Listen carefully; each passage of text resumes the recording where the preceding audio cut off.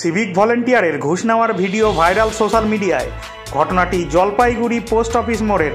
শুক্রবার সোশ্যাল মিডিয়ায় প্রকাশ্যে আসে ভিডিওটি, যাতে দেখা যাচ্ছে একজন সিভিক এক গাড়ি চালকের কাছ থেকে গাড়ির প্রয়োজনীয় কাগজপত্র দেখতে না পারায় ঘুষ নিচ্ছেন। অভিযুক্ত সিভিক ভলেন্টিয়ারের নাম কানু রায়। ঘটনাটি প্রকাশ্যে আসায় নড়েচড়ে বসে জলপাইগুড়ি জেলা পুলিশ। অভিযুক্ত সিভিক ভলেন্টিয়ার এবং তার সাথে কর্তব্যরত এক পুলিশ অফিসারকে বরখাস্ত করা হয়। ছিল উঠানোর জন্য 100 টাকা চার্জ দিয়েছিল।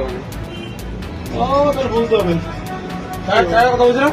হ্যাঁ স্যার বলছিল না 3000 কথা বলছি।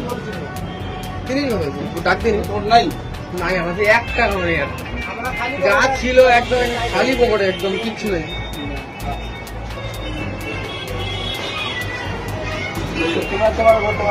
না ভাই